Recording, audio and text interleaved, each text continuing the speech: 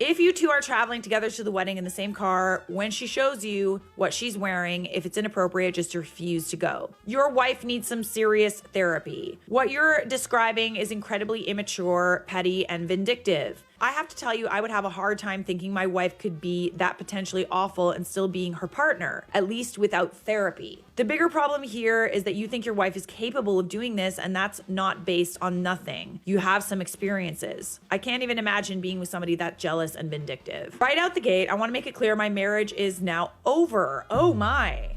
And I'm looking to get divorced.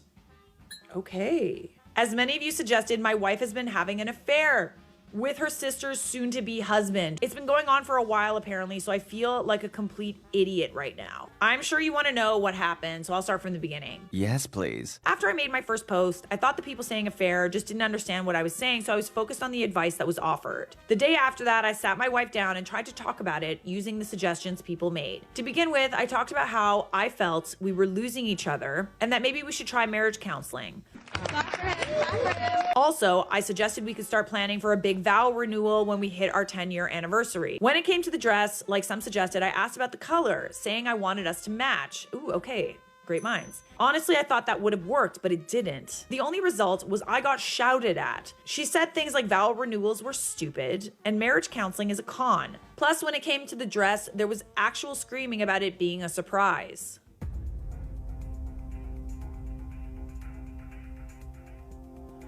Okay. On the dress point, by the way, the story always was that it's at a friend's house. So I or our son didn't go peeking to try and find it. Oh, that seems rather extreme. Needless to say, after that, I started to get worried. But embarrassingly, in spite of what you were all telling me, I still didn't think affair. I thought it was going to be some petty dress stunt. After that, I wasn't going to try talking to her again about it. So I went to the maid of honor and my mother-in-law. I told them what I was worried about, so they agreed to help.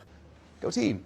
Mother-in-law promised me she would talk to my wife to see if she could get an idea of what was going on, while the maid of honor agreed to go dress shopping with me. The idea there being I could get my wife a wedding-appropriate dress as a gift for the fight we seemed to be having, and then make sure the dress was available when the wedding came around in case my wife did do something. Dress shopping with maid of honor was actually fun, to be honest. She's a single mom and her daughter is only 2 years younger than my son, so we've connected because of that in the past. In a way, the maid of honor is kind of a friend I don't see a lot, which is why me and her talked a lot while dress shopping. Me posting on Reddit became a subject of conversation, so I showed her what people were saying. So that's how she found out about the idea my wife was having an affair. Here goes. Afterwards, I thought everything was going to be fine with my plan for the dress, but unlike me, the maid of honor wasn't being an idiot and did pay attention. You see, the maid of honor's dad is actually a big-time divorce lawyer. So apparently after we talked, she talked to him, and he talked to people he knew. And a few days after me and maid of honor had gone dress shopping, her dad and her contacted me. Not only did they show proof of my wife's affair, but they also explained how my wife was planning to divorce, having apparently already started talking to a lawyer of her own. I don't know exactly what my wife's plan was going to be if I hadn't found out, but needless to say, things pretty much blew up after that because maid of honor told my sister-in-law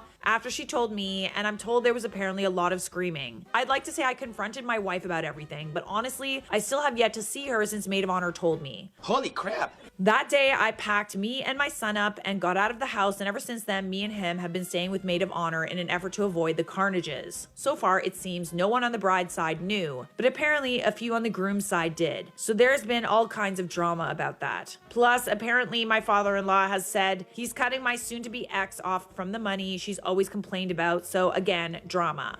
Drama, drama, drama. Worth pointing out here that she has called me to shout about ruining things for her somehow, but hasn't once asked about where her son is.